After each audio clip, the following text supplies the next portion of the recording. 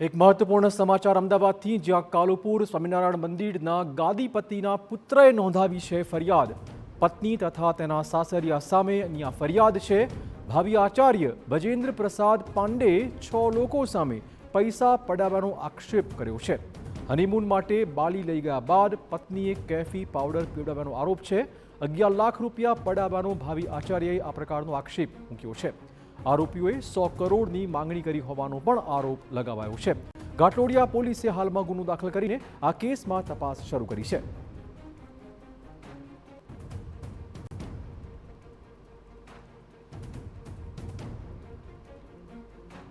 તો ઘાટલોડિયા પોલીસે ગુનો દાખલ કરીને આ ફરિયાદ મુદ્દે તપાસ શરૂ કરી છે. પત્નીએ કેફી પાવડર પીવડાવવાનો પણ આરોપ મૂકવામાં આવ્યો છે. મંદિરના ગાદીપતિના દીકરાએ આ ફરિયાદ નોંધાવી છે. પત્ની તથા તેમના સાસરિયા સામેની આ ફરિયાદ. વધુ વાત કરવા જોડાશે અમારા સંવાદદાતા મિહિર. મિહિર, શું છે વધુ આખો મામલો? જી મિહિર.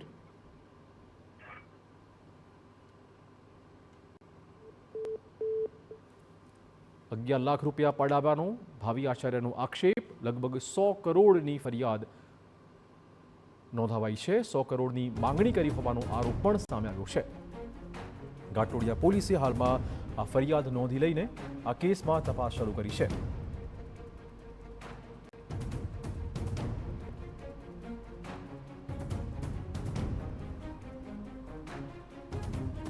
તો આપણે કહીએ દીએ અમદાવાદનું કાલુપુર વિસ્તાર, જ્યાં આવેલું છે સ્વામિનારાયણ મંદિર, જ્યાંના ભાવિ આચાર્ય ભજેન્દ્ર પ્રસાદ પાંડે 6 લોકો સામે ફરિયાદ કરી છે.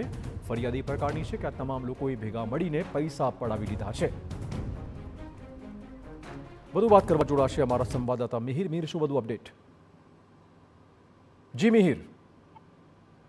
કાલુપુર સ્વામિનારાયણ મંદિરના ગાદીપતિ જે કૌશલેન્દ્ર પ્રસાદના પુત્ર છે વજેન્દ્ર પ્રસાદે ઘાટલોડિયા પોલીસ સ્ટેશનમાં ફરિયાદ નોંધાવી છે. તેની પત્ની અને સાસરિયા સહિત 6 લોકો વિરુદ્ધ ફરિયાદ નોંધવામાં આવી છે. જેમાં આ ભાવિ આચાર્ય વજેન્દ્ર પ્રસાદે ફરિયાદમાં જે ઉલ્લેખ કર્યો છે કે તેના લગ્ન ગાળો થયો અને ત્યારબાદ જે પત્ની દ્વારા અને તેના સાસરિયા દ્વારા જે 100 કરોડ રૂપિયાની માંગણી કરતા હોવાનો ગંભીર આરોપ કરતી ફરિયાદ છે તે કરવામાં આવી છે. સાથે જ ફરિયાદમાં તે પણ ઉલ્લેખ કરવામાં આવ્યો છે કે જે હનીમૂન માટે બાલી ઇન્ડોનેશિયા ટૂર દરમિયાન પણ પત્નીએ સફેદ પાવડરમાં કેફી દ્રવ્યો તેને પીવડાયા હોવાનો પણ ગંભીર આક્ષેપ છે કે જે આ ભાવિ આચાર્ય વજેન્દ્ર પ્રસાદ પાંડે ફરિયાદમાં ઉલ્લેખ કર્યો છે. સાથે જ તેની પત્નીનું અન્ય સ્ત્રીઓ સાથે સંબંધ હોવાનો પણ ફરિયાદમાં આક્ષેપ છે તે કરવામાં આવ્યો છે. બિલકુલ, ધન્યવાદ મિહિર તમામ જાણકારી બદલ. તો આ ફરિયાદના આધારે હાલમાં ઘાટલોડિયા પોલીસે ફરિયાદ નોંધી લેવાઈ છે અને તપાસ આરંભી દેવાઈ છે.